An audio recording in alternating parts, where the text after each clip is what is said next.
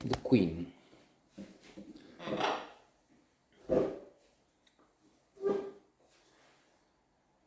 Good? Yes, very good. One of the very best.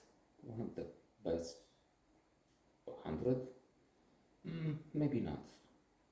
250? Maybe not even there. 500 or so, yes. Uh, there's a qualm I have with Helen Mirren. I'm not convinced that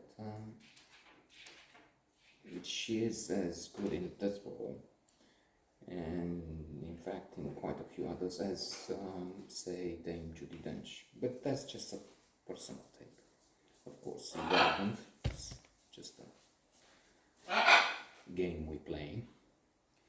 Games people play. The Classical Psychology by Eric Berne says that we all play games. Psychological games. It's not about board games, backgammon, chess. What I was thinking of was a wonderful book, The Uncommon Reader, Alan Bennett, looking at the Queen. The Queen is the central main character there, and it's iconoclast is not the word, but it's an unconventional, uncommon look at this reader, which in the book would be is the Queen. So the Queen has so many qualities, so many attributes, skills, let's call them, that are evident in the film, in the book. She's been doing her duty for what now? 70 years. So they've celebrated, I'm sorry, Jubilee, 50 and more years with her on the throne, and it's a daunting, demanding task. That's clear in the film, and her real life are interesting in that we have the fairy tales. We listen to queens, princesses, and figures we associate with wealth, well-being, and procrastination. They just sit around. No, she has to walk all over the earth during her weeks, months, and she doesn't have a holiday. She has quite a few events every day, and she has to go there, and she has to say a few words to follow the script, because to be gracious, remote but not arrogant, and so on. So she is in many ways in a difficult position. On the other hand, it is tempting to sometimes to look at the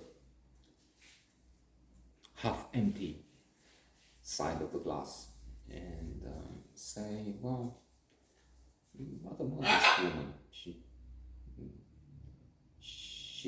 She has been doing all these things. She does fewer now with her age. She has had some issues with COVID, I think, and then what is she now? 95? I'm not sure, but a mature woman, does not say all. So it's ever more demanding, and at times impossible for her to go with it, go through with it, as evident in some week. Well, I don't know if there were weeks, but there were some days when they announced the Queen cannot go to this, that, and the other occasion. So, referring to the Uncommon Reader, it's not lèse majesté, it's not blasphemous, it's not saying, oh, the Queen is really a silly figure. No, but in the book, she starts reading. But we read it and we see the effects, which are amusing because they, as in the royal house, the advisors and everybody. I guess, yes, the government is also concerned that they don't like it. But I was thinking it's also amusing to see that in the beginning, in the book, she's not doing more than meeting people, which is mostly what she does.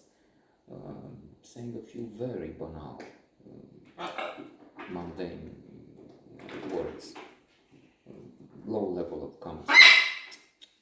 We terminal dynamic. But then again, a book which I recommend, it's one of the 1000 novels everyone must read, and that's also one of them. She has a different path, she takes a different view of things, and it's wonderful in the book to watch this. So returning to the film, yeah, we have all the things with Diana, another, in my view, overrated character, a troubled woman. Yes, we can and should, must sympathize with her, but all those minutes, and I remember here also, we were, as it happened, on top of some mountains here, in a chalet, they had a funeral, which died. And yes, a sad story, but on the other hand, she had the chance, she had the privilege. I'm also thinking of Spencer, as much as I've seen from it, because I didn't find it. Again, Termina, such an invigorating, such a marvelous story. She's told, well, don't draw the curtains. We don't want the paparazzi to showing off the exhibitionist at times. Yes, there was Prince Charles and the lack of chemistry and worse, but I'm not going down that path. Nobody's watching this by now anyway.